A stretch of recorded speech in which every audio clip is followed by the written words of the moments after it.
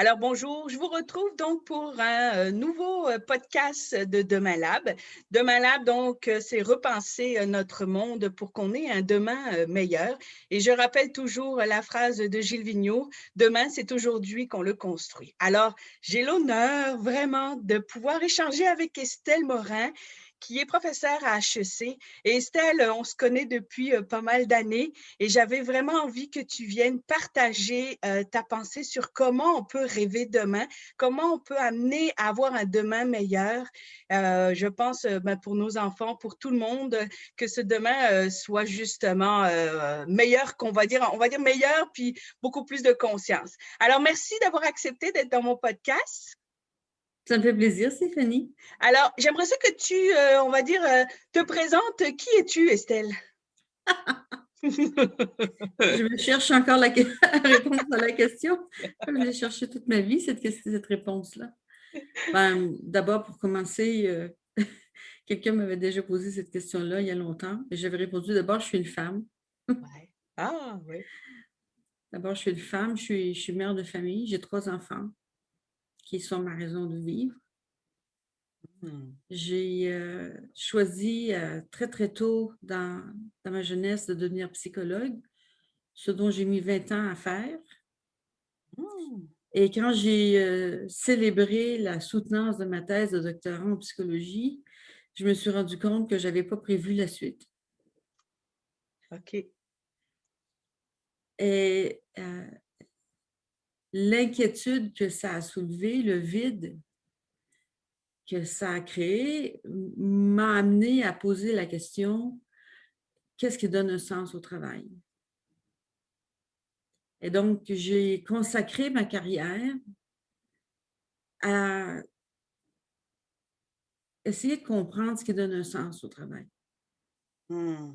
Et comment gérer le travail pour que les gens qui le font, ils trouvent du sens, puissent s'accomplir dans ce qu'ils font et ce faisant, contribuer à construire un monde meilleur. Wow! On va avoir le temps d'en parler justement parce que je pense qu'en ce moment, on a besoin de sens et justement, ce sens-là peut nous amener à rêver. En tout cas, moi, c'est vraiment ma pensée. Puis tu pourras me corriger ou me préciser ou rajouter des choses ou enrichir. Et donc là, on va aller avec, ben justement, comment peut-on rêver demain, Estelle? On a grand besoin de rêver. J'ai le sentiment qu'avec une année de crise sanitaire, euh, presque la moitié de la population confinée chez elle, rêver, c'est quelque chose qui devient difficile à faire. Mais si on s'autorisait de laisser de côté nos inquiétudes, on pourrait rêver aux leçons qu'on doit retenir de la crise sanitaire qu'on a traversée, aux leçons qu'on doit retenir du fait d'être confiné. Parce qu'on a réalisé beaucoup de choses hein, pendant le confinement. Oui. Alors, la première des choses, c'est qu'on a réalisé qu'on n'aime pas ça, être confiné. Non? Les humains, ils aiment avoir de la liberté. Ouais. Pour moi, ça, c'est d'ailleurs pour ça que j'ai choisi le métier de professeur plutôt que d'aller en affaires. Parce que j'ai besoin de liberté. Je suis prête à gagner moins d'argent, mais avoir ma liberté. Mmh.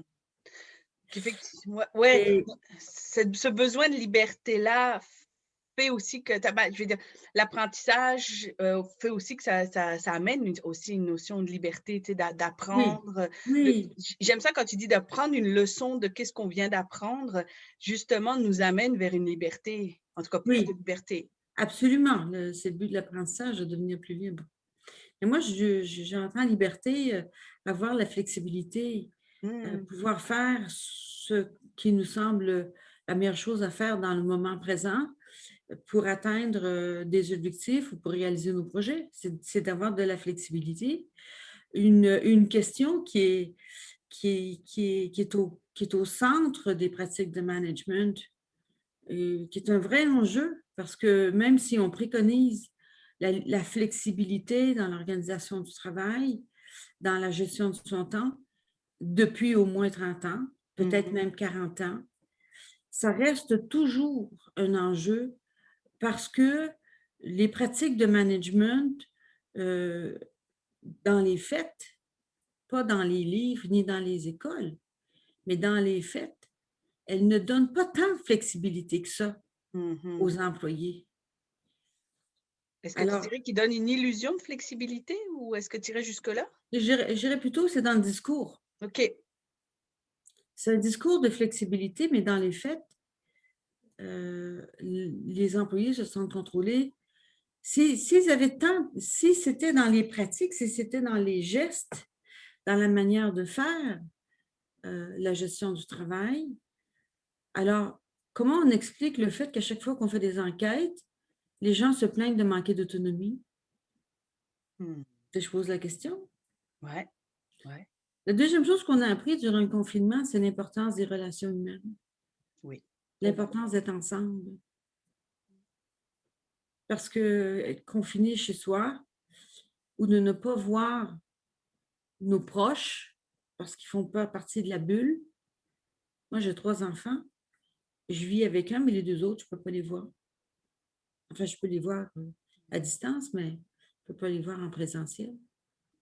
Ça, De penses-tu que c'est pas, une surprise, ça? Parce que je veux dire, c'est d'une évidence quand même, non? c'est évident pour les psychologues, mais c'est pas évident du tout pour la population. J'en veux pour preuve qu'on a développé depuis une quarantaine d'années, toujours depuis une quarantaine d'années, des façons de vivre qui sont très individualistes, hein. Chacun fait ce qu'il veut. Chacun travaille pour soi, cherche son bonheur personnel. On a perdu de vue, sur le radar, on a perdu de vue l'importance du collectif, de faire des choses ensemble, de la solidarité. On regarde dans les médias, ils parlent d'intelligence collective. Ouais, Ouais. on pourrait revenir sur cette définition-là, effectivement, parce que je trouve que souvent, en tout cas pour moi, c'est mon avis, là, mais on n'a pas la même définition des fois dans l'intelligence collective dans les, C'est pour, c'est dans pour les ça que mêmes. je ris. L'intelligence collective, ça suppose qu'on se parle. Oui. Et qu'on se parle de nos différences de point de vue, de nos divergences d'opinion, qu'on soit capable de ne pas être d'accord tout en étant serein, tout en se témoignant du respect. Là, on est dans le cancel culture, dans la Ouais. censure, dans... Voyons donc. Toi, tu l'observes dans les organisations, Ah ben oui, regarde Oui. ce qui se passe dans les universités, Stéphanie. Ouais. Il y a des mots qu'on n'a plus le droit de prononcer. C'est grave. Ouais. C'est grave. Est-ce que Pas les prononcer comme des injures, mais des prononcer pour examiner les enjeux qui sont derrière. Puis de réveiller les consciences. Quand ils parlent du woke, là, de réveiller les consciences, très bien, mais quand on veut réveiller les consciences, ça veut dire qu'il faut savoir écouter les consciences des autres aussi. là, tu viens à un concept d'écouter. On l'a beaucoup échangé là-dessus, sur la relation humaine, effectivement, qui fait que ça va aussi avec la capacité d'écoute. Ben, la relation humaine est basée sur notre capacité d'écoute, notre capacité empathique, d'être capable d'adopter la perspective de l'autre et surtout celle qu'on ne partage pas pour la comprendre. Donc, d'être capable de transcender nos différences pour justement comprendre et s'accepter tel qu'on est.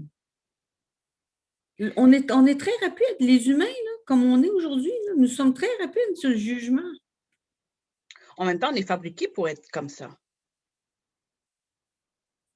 Oui, mais pour vivre en société, il faut être capable de mettre en suspens son jugement, c'est ça l'empathie. Ouais, ouais. Pour comprendre le point de vue de l'autre, puis chercher à trouver une solution qui va faire que tous les deux vont trouver leur compte, pas nécessairement tout le compte, mais y trouver un compte.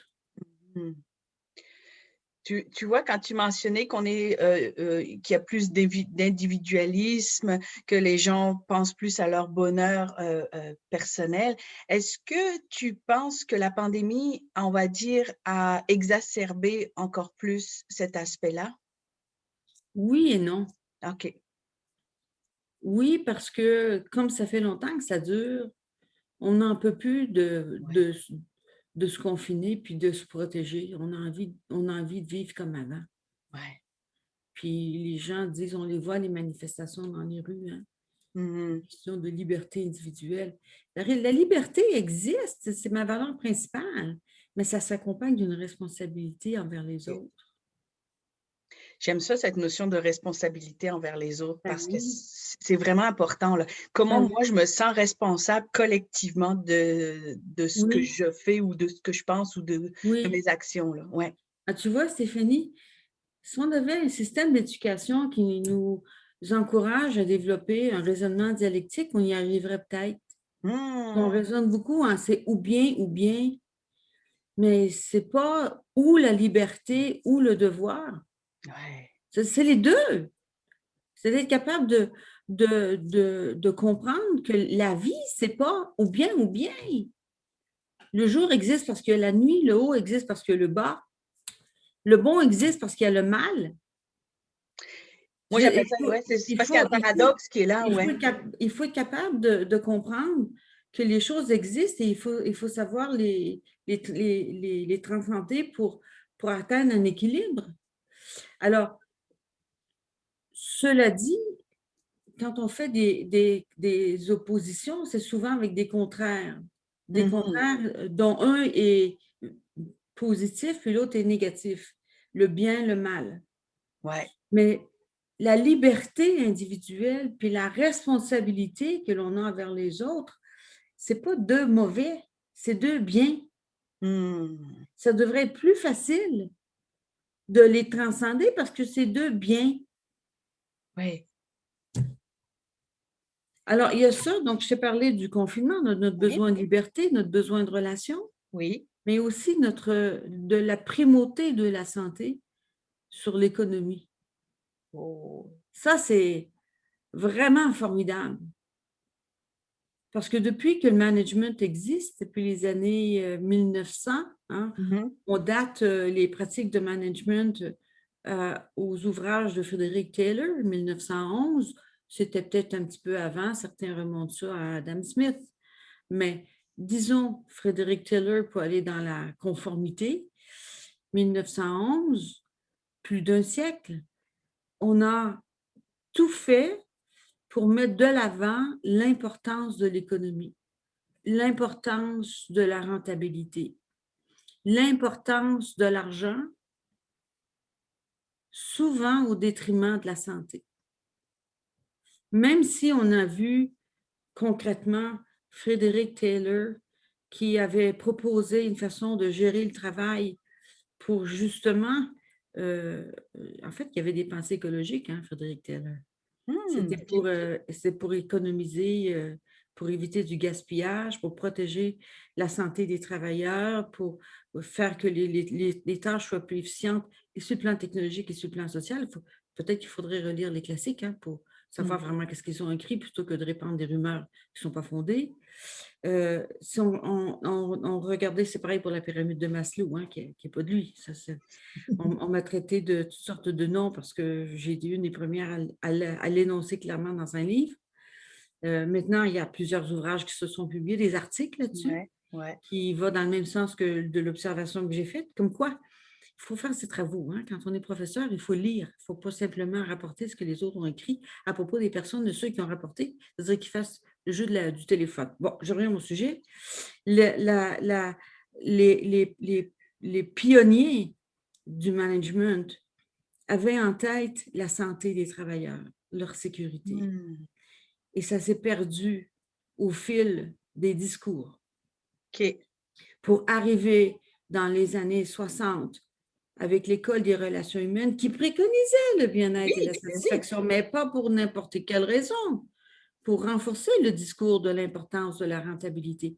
Moi, je ne suis pas en train de dire que la rentabilité, ce n'est pas important. Là. Non, non, ouais. il faut bien m'entendre, mais il n'y a rien de plus important que la santé, la sécurité et le développement durable. Parce que si on veut continuer de travailler, il faut des personnes en santé, en sécurité, puis il faut avoir des ressources qu'on peut exploiter. Alors, la pérennité des entreprises suppose la santé, la sécurité et le développement durable. La pandémie nous a fait prendre conscience de ça. Et les gouvernements ont mis de l'avant la santé au prix de l'économie, certes. Mais on le voit au Québec, on est en train de se relever plus rapidement, semble-t-il. Moi, je ne suis pas une économiste, hein, Ouais. je ne m'aventurerai pas sur ce territoire-là, je n'y connais Ouais. pas grand-chose, sinon que je fais confiance à ceux qui semblent s'y connaître. En même temps, on voit quand même les chiffres de la santé psychologique au travail qui sont inquiétants en ce moment quand même aussi. Ben oui, mais ça, c'est en raison de la charge allostatique. Tu sais ce que c'est que la charge allostatique? Tu l'as enseigné dans ton cours. Alors, la charge allostatique, c'est un concept qui vient de Bruce McEwen, qui a, dans la foulée des travaux de Peter Serling sur l'allostasie. La charge allostatique, c'est le fait qu'on soit dans un environnement qui nous demande de nous adapter tout le temps. Ouais. Et la charge allostatique, c'est le prix que le corps et le cerveau paient pour devoir s'adapter tout le temps. Parce que à un certain moment, il faut récupérer ses forces. Et comme ça fait plus d'1 an qu'on est dans une crise sanitaire mondiale, Ouais. que tout le monde cherche à savoir quand ça va finir et quand ils vont enfin être libres d'agir comme ils veulent, ben, c'est pas étonnant que les capacités d'adaptation soient épuisées, puis qu'on voit poindre des symptômes de dépression puis des symptômes anxieux. Mais bien avant ces symptômes-là, on a vu d'autres symptômes de l'épuisement de nos ressources d'adaptation. Les problèmes de sommeil, les problèmes de métabolique, le surpoids ou l'embonpoint ou des problèmes de diabète qui augmentent, des problèmes au niveau de l'appétit, d'avoir trop ou pas assez d'appétit, des problèmes au niveau des interactions avec les personnes, qui est le premier signal de la santé mentale. Quand on commence à être impatient, irritable, à être frustré pour un rien, à être susceptible, voilà, ça, ce sont des signes qu'on est dans une condition de charge allostatique et qu'il faut mettre les freins. Le problème, c'est que c'est difficile de mettre les freins tant qu'on n'est pas conscient qu'on est conçu pour anticiper l'avenir. Et lorsqu'on ne peut pas anticiper l'avenir, ça épuise nos ressources parce qu'on est dans un état anxieux permanent, ce qui accentue, ce qui aggrave l'appel à nos ressources d'adaptation. Alors, à moins d'avoir une grande résilience, ben, il ne faut pas s'étonner de voir que oui, il y a des problèmes. On va parler de santé mentale. En fait, quand les gens parlent de santé mentale, ils parlent de maladie mentale. Hein? Oui, souvent. Ouais. On a peur de mettre les mots sur les bonnes choses. Pour ma part, j'ai mené 2 enquêtes depuis le début de la pandémie sur des grands échantillons. Hein. Premier, 1400, le deuxième, 1600 personnes. C'est pas rien. Je dirais pas des épisodes dépressifs ou des troubles anxieux, mais certainement une augmentation de l'épuisement. Ouais. De ce qu'on appelle le burn-out. Oui, oui. Certainement une augmentation de l'épuisement qui, il faut se le rappeler, c'est pas l'épuisement, c'est pas un trouble psychiatrique. Il faut bien faire attention de ne pas verser dans la psychologie. Là. En même temps, ce qu'on voit aussi, puis ce que je lis, c'est qu'il y a une augmentation de productivité. Donc, les gens sont beaucoup plus productifs en confinement. Puis, en même temps, ben, on dit qu'il y a une augmentation par rapport à des enjeux de la santé mentale, le bien-être au travail, en tout cas le bien-être psychologique. Puis là, il y a comme une dichotomie, on va dire, parce que quelqu'un qui va pas bien, normalement, ne produit pas bien non plus. Oui, ça, c'est ce qu'on. Ça, c'est une hypothèse qui n'est pas fondée. OK. Voilà. C'est une hypothèse qui fait très bien comme un titre, là, The Happy Worker, the Productive Worker. Exact, oui. C'est un titre qui fonctionne très bien, mais c'est pas fondé. C'est pas Parce fondé. que quelqu'un de malade peut être très productif aussi. OK. Parfait. Mais tous les gens malades ne sont pas nécessairement très productifs, tout autant que tous les gens en santé ne sont pas nécessairement productifs. C'est plus complexe que ça, Ouais, être hein? efficace au travail, hein? Bon, Ouais, ensuite, il faudrait savoir comment on évalue la productivité, si c'est ouais, le nombre d'heures travaillées, certes, mais si c'est ouais. en termes de valeur ajoutée, d'innovation, de création, moins sûr que ça fonctionne comme ça. OK. Oui, c'est ça, effectivement. J'aimerais ça aussi qu'on vienne, parce que j'aime ça, ton concept de sens au travail. Comment on peut, parce que on s'entend avec la société qui change, on se transforme en ce moment-là. J'espère qu'on prend conscience. Comment on peut donner sens à ce qui se passe en ce moment et à comment on peut rêver? Pourrais-tu échanger là-dessus sur le concept Alors, du sens au là, travail, puisque c'est c'était ton oui, sujet phare? dans une situation de crise, Mm. euh, c'est notre essor de résilience, hein, qui va nous Mhm. permettre de donner un sens à ce qu'on fait. Donner un sens à ce qu'on fait dans une situation de crise, c'est se poser la question, qu'est-ce qu'on veut retenir de tout ce qu'on a vécu? Ouais. OK. C'est un contexte un peu particulier, Stéphanie, hein. Mhm. Je ne voudrais pas assimiler ce que l'on vit aujourd'hui à quelque chose qui est normal. Hmm. C'est pas normal. Non.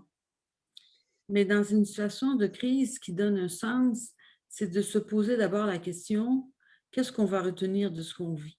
Pour savoir, pour se rassurer un peu que la peine, la misère qu'on ressent chaque jour, elle ne soit pas vaine, que ça ait servi à quelque chose, tous Ouais. ces sacrifices.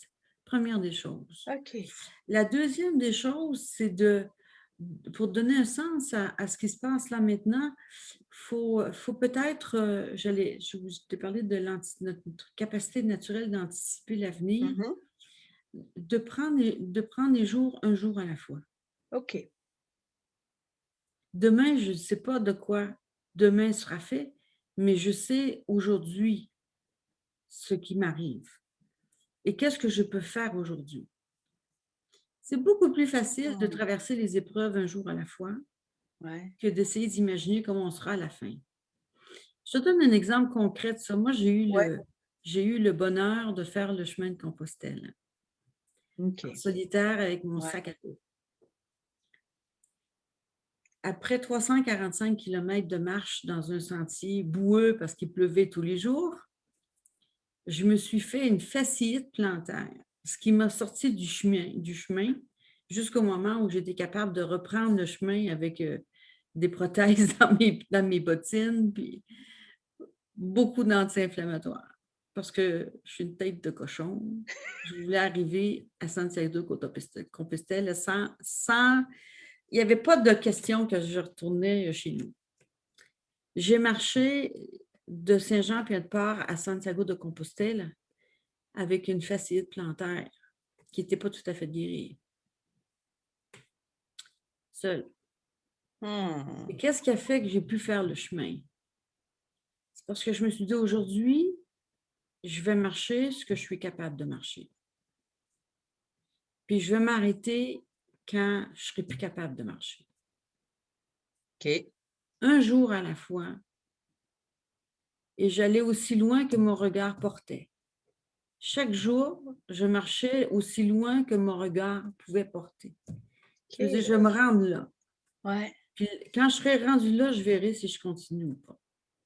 J'étais prête à dormir dans un boisé, hein. C'est intéressant parce que tu vois, je reviens avec ton concept tu sais, quand tu disais de liberté, de responsabilité, qu'il y a deux choses qui ne sont pas forcément dichotomiques et qui vivent ensemble. Je reviens avec ton concept. C'est comme si, OK, je regarde loin et en même temps, je vais aussi pas à pas et je reviens au moment présent. Ça Oui, reste que j'ai l'objectif d'aller vers quelque part, j'ai Oui, cette persévérance d'y aller, donc cette force interne d'y aller et en même temps, j'y vais pas à pas. oui. C'est-à-dire, je me suis autorisée de le faire moins vite. Voilà, OK, C'est-à-dire, ouais. j'ai révisé ce que je m'impose comme exigence, Mmh, mais j'ai pas changé mon but. c'est ça. Tu sais, il faut faire une différence, Stéphanie, entre Mmh, la rigidité et la fermeté. j'aime ça, ouais. Mmh mh.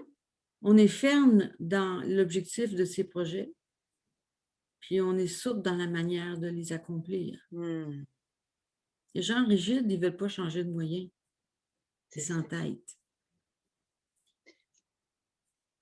C'est là ton concept Et d'agilité, de oui, flexibilité il aussi faut être qui entre. agile. Voilà. Le plus important, faut ça c'est pour ça qu'il faut souvent on voit ça souvent en management, hein, on confond les moyens avec les buts. Mmh mh. Mmh. Oui. Tu sais, je te donne un exemple, je suis en train de faire une formation pour un client à l'école des dirigeants, un programme qu'on a conçu l'automne dernier.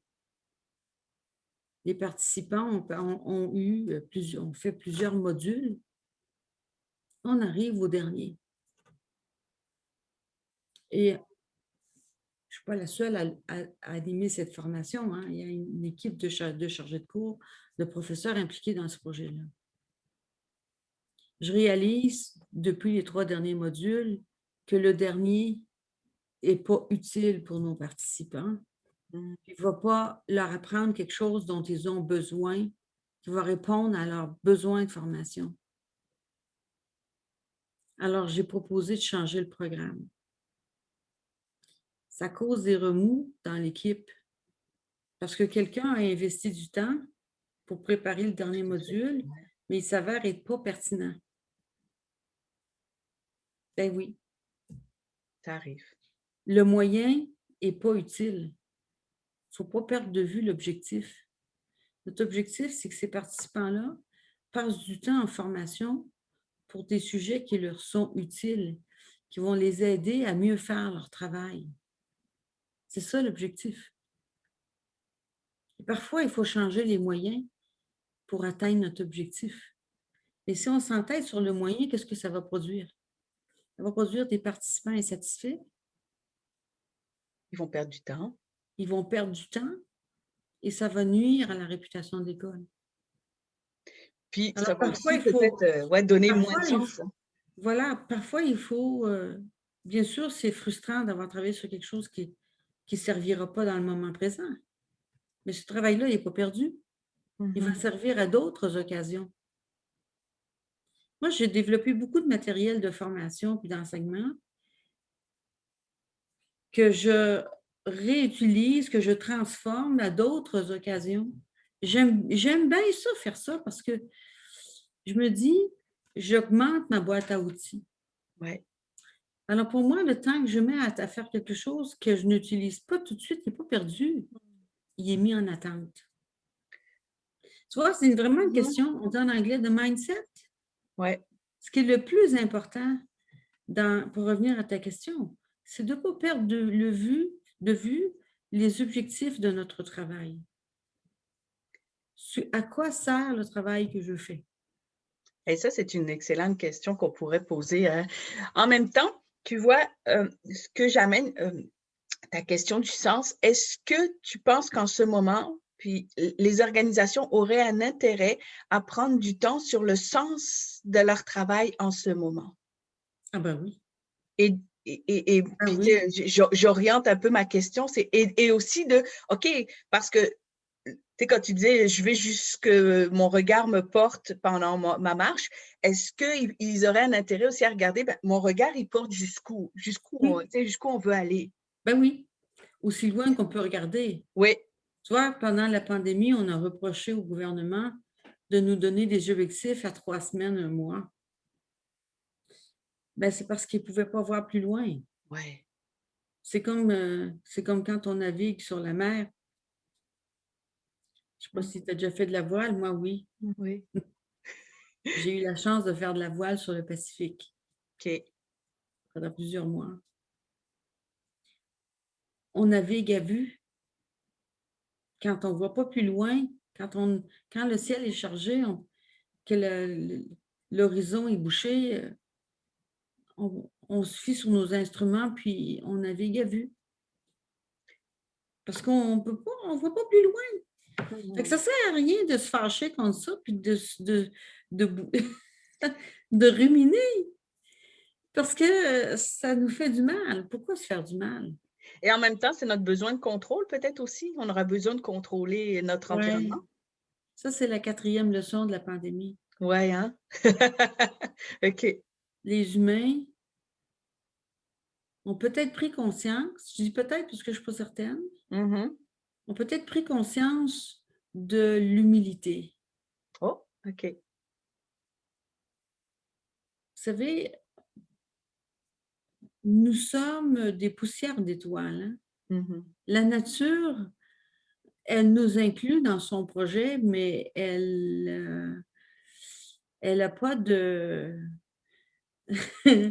c'est elle qui décide. C'est la nature, c'est le système qui décide. Puis ce système-là, c'est un système naturel. Hmm. Les humains ont pensé, depuis très, très, très longtemps, hein, des siècles, Ouais. avoir un contrôle sur la nature. C'est pas Puis, vrai. On est soumis à la nature. Le climat va nous le rappeler, là. Il mhm. est en train de nous le rappeler. En train, ça, c'est, je veux dire, notre prochaine crise, certainement.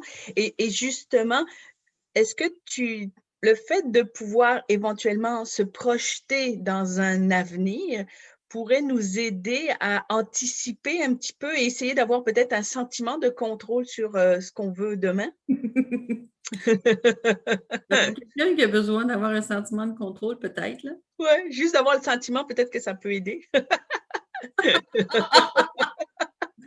Ben, les humains, de toute façon, je te le dis, hein, on anticipe l'avenir. Oui, On est configuré pour anticiper l'avenir.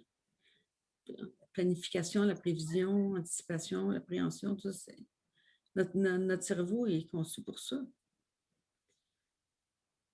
Mais je reviens à la dialectique. hmm. Anticiper, c'est bien parce que ça nous permet de nous préparer. Ouais, c'est ça. Mais en même temps, il faut être capable d'être dans le moment présent, Excellent. surtout quand ça brasse, surtout quand on est dans des périodes difficiles.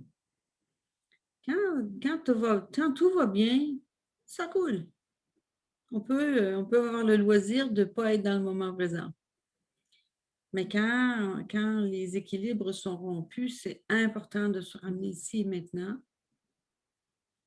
Puis, moi, ce que je fais depuis des années, ça fait longtemps que je vis comme ça. Quand je me réveille le matin, je fais mon checkpoint. I'm fine. Je OK, good, suis en santé. good. Ça, je la pose beaucoup, cette question-là aussi, quand je suis en intervention. J'ai dit, est-ce que vous vous êtes déjà posé la question, je suis en santé ce matin? Merci. Ouais, Effectivement. parce que tu fais son check-in. Exact. I'm fine. Exact. Et après, ben, c'est de l'intelligence émotionnelle, hein. Ouais. Ouais. C'est de réguler. Je dis pas que je suis parfaite, hein, loin de là. Très loin de là, mais ça aide. On peut pas demander aux autres ce qu'on peut pas se demander à soi-même. Hmm. Puis en même temps, tu vois, j'amènerais aussi que le concept, c'est que ce qu'on voit beaucoup, tu disais que quand ça va bien, on n'a pas besoin d'aller dans le moment présent. En même temps, je trouve que c'est dans le ça va bien qu'on prépare justement le fait d'être dans le moment présent pour que quand ça Oui, va moins bien, on ait cette capacité-là et ce oui, réflexe-là. oui, en théorie, ça marche.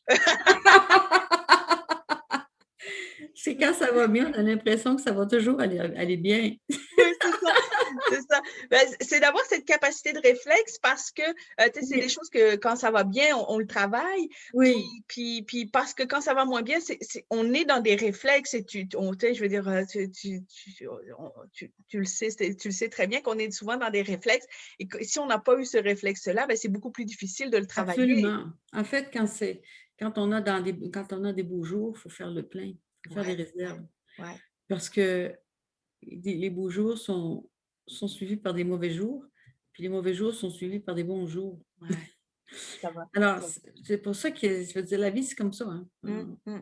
Comme on cherche les problèmes, les bons jours ne durent pas longtemps. On se trouve vite de quoi s'occuper l'esprit. Mais j'allais dire, je reviens à la notion du jugement. Mmh. Euh, il y a un TED Talk, son nom ne me revient plus, mais son prénom, c'est Heather. Je suis très bonne pour me rappeler des prénoms, mais les noms de famille, j'ai de la misère. Comme OK. quoi, je ne pourrais jamais être un délateur. Euh, Heather, elle a fait un TED Talk, encourage, je t'encourage à le regarder. Enfin, je te donnerai le titre, mais Ouais. elle parle de bad and good. Elle raconte une histoire euh, pour introduire sa conférence TED. Quelqu'un qui dit, est-ce que c'est bien ou est-ce que c'est mal? Je ne sais pas. Parce que des fois, il y a des choses qui sont mauvaises qui nous arrivent, puis qui font en sorte que ça va mieux. Puis d'autres fois, il y a des choses qui sont bonnes qui nous arrivent, puis ça nous amène à quelque chose qui est moins bien. Ouais. Je te donne un exemple de ça. Un exemple personnel qui est un de mes très beaux souvenirs. J'étais en plein déménagement. Mon petit dernier avait à peine 1 an, que je reçois un coup de téléphone d'un collègue de travail à qui j'avais soumis un article pour la publication dans la revue de l'école, qui m'annonce que mon article est refusé. J'étais vraiment déçue de ça pour plusieurs raisons. Et la principale, c'est que j'avais consulté d'autres professeurs pour avoir leur opinion sur l'article avant de le soumettre. Et parmi eux, il y avait Angelo Soares. Angelo me demande des nouvelles de l'article. Puis je lui dis, écoute, Angelo, il a été refusé. Lui non plus, il ne pouvait pas croire. Donc, il l'a traduit en portugais. Il l'a soumis à la Revista de Administração de Empresas au Brésil. Et cet article a été retenu comme étant le meilleur article publié dans la revue durant l'année. Ce qui Wow. fait qu'ils m'ont invité, la Fondation de Tulio Vargas m'a invité pour faire une conférence sur le sens du travail. Ça a ouvert pour moi la voie de la recherche sur le sens au travail au Brésil. Il n'y a pas que, Mmh. en Europe aussi. C'est grâce à un article refusé et surtout grâce à l'amitié et à la générosité d'Angelo que j'ai pu faire un grand bout dans ma carrière. Pour moi, c'est un homme à qui je dois beaucoup. Mmh. Puis je ne pourrai jamais témoigner assez de ma gratitude. Wow. Comme quoi, des fois, on a des mauvaises nouvelles qui nous permettent d'ouvrir la porte à de très bonnes nouvelles.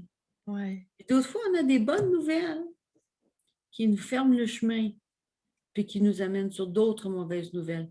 Bon, je vais te dispenser de ces exemples-là parce qu'ils ne sont pas heureux. OK. Mais effectivement, puis là, si on avait, si on avait des solutions ou des choses concrètes qu'on pourrait mettre en place en ce moment pour pouvoir justement arriver à un monde meilleur, qu'est-ce que tu nous conseillerais de faire, Estelle? Ben, je commencerai par examiner, concernant le travail, hein, toujours, Bien je sûr. commencerai par examiner les conditions dans lesquelles les gens travaillent. OK. Parce qu'avant de faire quoi que ce soit, il faut faire travailler les gens dans des conditions décentes. OK. Parce que Mhm. faire un travail utile dans des conditions indécentes, c'est impossible. Il faut Ouais. respecter la dignité humaine, hein. Mhm. Mhm. Bon, première des choses, que les conditions de travail soient décentes. Il y a beaucoup de recherches faites depuis 2017 sur les conditions de travail décentes. OK. Il suffit de consulter les sites du Bureau international du travail. Vous allez trouver tout un registre d'informations là-dessus. OK. La deuxième des choses, c'est se poser la question, pourquoi on fait le travail qu'on nous demande de faire? Mhm. Tu dis, est-ce que ça ne vaut pas la peine maintenant de se poser cette question-là? La réponse, c'est oui. Parce que c'est dans les moments de crise qu'on a besoin de connaître les priorités. Et tant qu'on n'a pas mis au cœur de la question l'utilité du travail qu'on fait, comment peut-on identifier les priorités? Hmm. Les tâches que je fais chaque jour. Je ne parle pas des rôles et des responsabilités, je parle des tâches. Les tâches que je fais chaque jour, lesquelles contribuent le plus à l'accomplissement de notre mission? En, J'aime ça, en cette anglais, ils question-là. appellent ça purpose, hein, de Ouais. notre mission. Mhm. Qu'est-ce qui contribue le plus? Et là, c'est beaucoup plus facile de faire le tri et de dire, je vais mettre du temps là-dessus plutôt que là-dessus. Et Hmm. puis peut-être que là, on arrivera à des journées de travail un peu plus raisonnables. Parce que ce qui a beaucoup augmenté pendant la pandémie, c'est la durée du travail. Oui, on le voit. Et ça, ça revient, ça fait un lien tellement avec le sens. Quand tu priorises puis que tu vois, OK, c'est quelles sont les tâches qui font le plus, qui contribuent le plus à ma mission, moi, je pense que ça fait tout de suite un sens aux gens, puis même appréciatif. C'est comme, je contribue, Oui, je fais ça, et là, j'apprécie aussi qu'est-ce que je fais.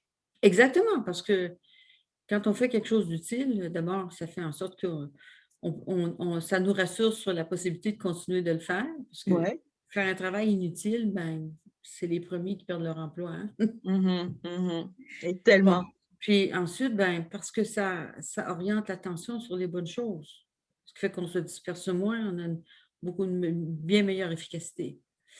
Ensuite, à la question de l'utilité, je rajouterais, de saisir cette occasion-là pour stimuler la créativité des gens. Parce que Oh. la créativité s'exerce dans des moments de crise. Ah, j'aime ça, ouais. C'est quand on n'a pas le choix qu'on devient créatif. OK, OK, intéressant. Et C'est pas comment on quand pourrait on a faire le ça? loisir d'imaginer.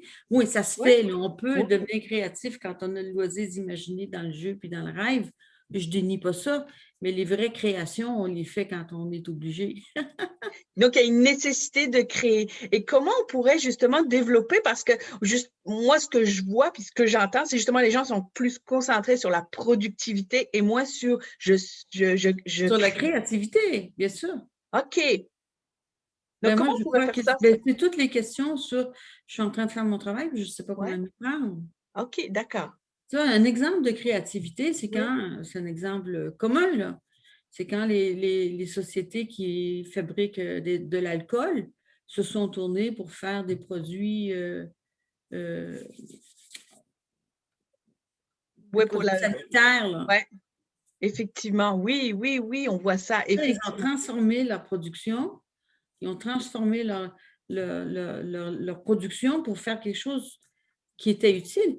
Tu leur as dit ça, là, au type là, qui fabrique de la vodka, qui serait mis à faire des gels nettoyants pour les Oui, tu mains. parles de Nicolas Duvernois, oui. Oui, ben, il aurait dit, écoute, Il non. y en a d'autres, hein, ouais. Mais là, oui. Oui. Ça, Là, c'est créatif. Je c'est veux dire, l'exemple en tête que j'ai. Oui, mais alors, il y en a plein comme ça oui. d'occasions de créativité dans tous les emplois quasi. Pas Hmm. tous les emplois, mais il y a plein d'occasions de devenir créatif. Et puis j'espère qu'on va conserver ces créations, ces innovations, quand on reviendra à une nouvelle normalité, parce que avec la durée, ça ne sera plus jamais comme avant, là. Hmm.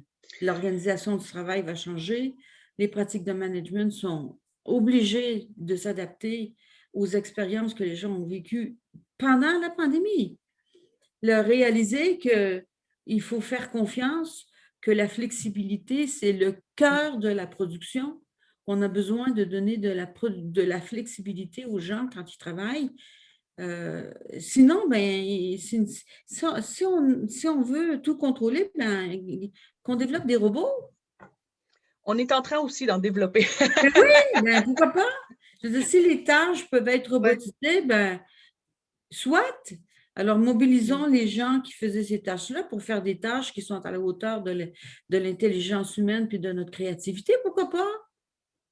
Moi, je suis très optimiste pour l'avenir, hein. Je vois pas Ouais. c'est sûr il va y avoir beaucoup d'inquiétudes parce que c'est pas simple. Quelqu'un qui fait un travail de lui demander de changer de type d'emploi parce que Mhm.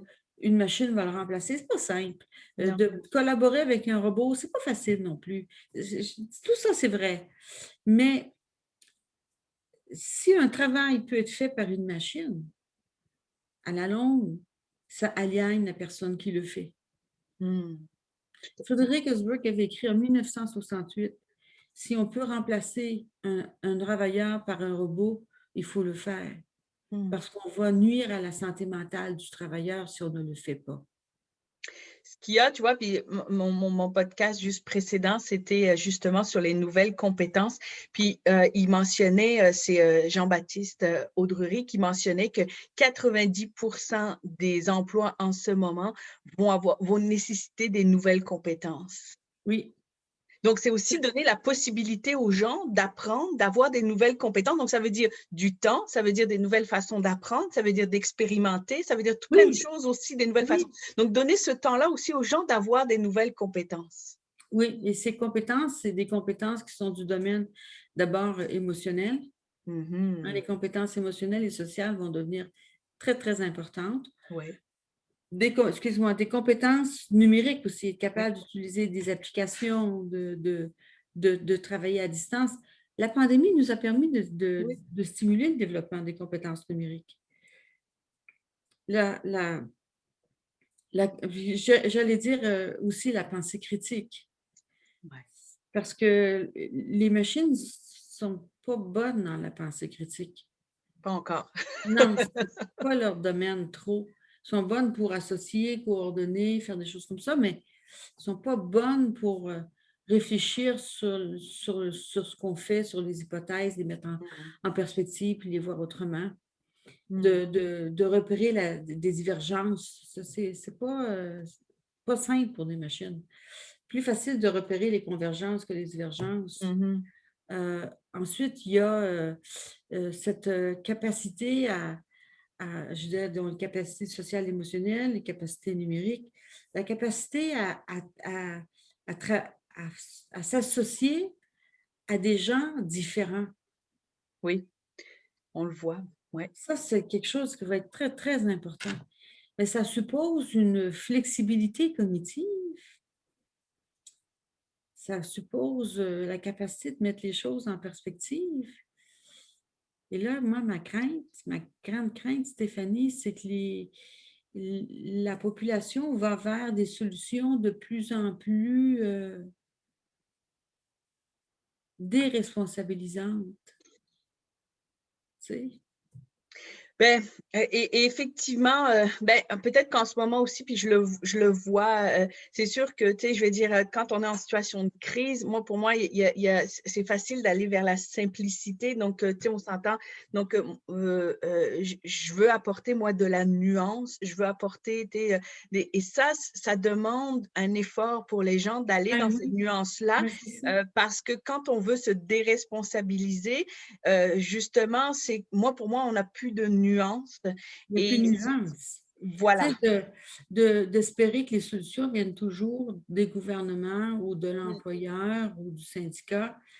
À un certain moment donné, il faut admettre que chacun est responsable de sa propre vie. Je te Oui, donne un exemple, un téléphone portable. On met beaucoup d'informations là-dessus. oui. Pourquoi on ne la met pas dans notre cerveau? Le téléphone portable, comme l'ordinateur, la mémoire se remplit. Notre cerveau, plus on l'utilise, plus il se développe, plus il reste sain longtemps. Mhm. Alors, si on n'utilise pas nos capacités de raisonnement, nos capacités de mémorisation, on sacrifie notre santé et notre capacité d'évoluer. Et OK. ça me préoccupe parce qu'on est beaucoup dans remettre à une machine, remettre aux autres la responsabilité de notre bien-être. Notre bien-être, c'est d'abord une question personnelle. Mhm. Et si je suis bien, je suis capable d'aider les autres à être bien. Prendre soin de soi, c'est une responsabilité personnelle. Je ne peux pas demander aux autres de prendre soin de moi à moins que je sois inapte. Ça se peut que quelqu'un Oui, soit oui. inapte, qu'il soit en perte d'autonomie, ça se peut. Eux, on n'a pas le choix, il faut les aider. Mais tant qu'on a bon pied, bon oeil, tant qu'on s'appartient, c'est un pouvoir que l'on a, pourquoi le concéder? Ouais. Ça, c'est intéressant et c'est la notion, ta notion de responsabilité est très intéressante. C'est la responsabilité pour moi et je reviens avec ta notion, tu sais, de nuance aussi et la responsabilité collective. Qu'est-ce qui fait que moi, tu sais, et c'est ça, c'est la construction de l'être humain, c'est je me construis via les autres, hein, on s'entend? Donc, je Oui, suis dans un tout. Donc, je suis moi avec une communauté. Donc, j'ai une responsabilité aussi, on va dire, collective et c'est là oui, où on pourrait reparler de ça. oui. Puis de cette notion de moi, ma responsabilité envers les autres, ça appelle aussi la notion de réciprocité. Mhm. Tu vois? Il Ouais. faut que les échanges soient réciproques et là, ça va fonctionner. Ben écoute, wow, moi je pense qu'on a beaucoup déjà de pistes de solutions. Merci vraiment, Estelle. Ce que je retiens effectivement pour les pistes de solutions, de voir des conditions de travail décentes, ça c'est vraiment important. Puis je pense il y a beaucoup de choses à faire effectivement et à revoir continuellement. D'avoir pourquoi je fais son travail, donc qui vient avec le sens, avec les priorités, les tâches et comment je les mets aussi. J'aime beaucoup au service de la mission. Moi, j'aime vraiment ça. Toujours, c'est quoi ma mission? Donc, de voir loin et qu'est-ce que je fais maintenant? J'aime beaucoup aussi toute la notion de créativité que tu as amenée aussi. Donc, la nécessité de créativité, puis on va dire à la limite d'oser cette créativité-là et donner du temps à la créativité. Je la trouve très intéressante et même très importante de laisser ce temps-là. Et j'aime ta notion de flexibilité, vraiment aussi, de comment on peut travailler cette flexibilité-là par rapport à maintenant pour pouvoir avoir un monde meilleur. Wow, merci beaucoup. Je pense qu'on a plein de belles réflexions avec ça. Merci Tant mieux, Estelle, je tant te mieux. remercie infiniment. Et puis, on va mettre tous les liens dont tu as parlé pour que les gens puissent aussi aller plus loin dans la réflexion. Alors, merci d'avoir fait cette part dans ce doute-là et dans cette nuance. Merci.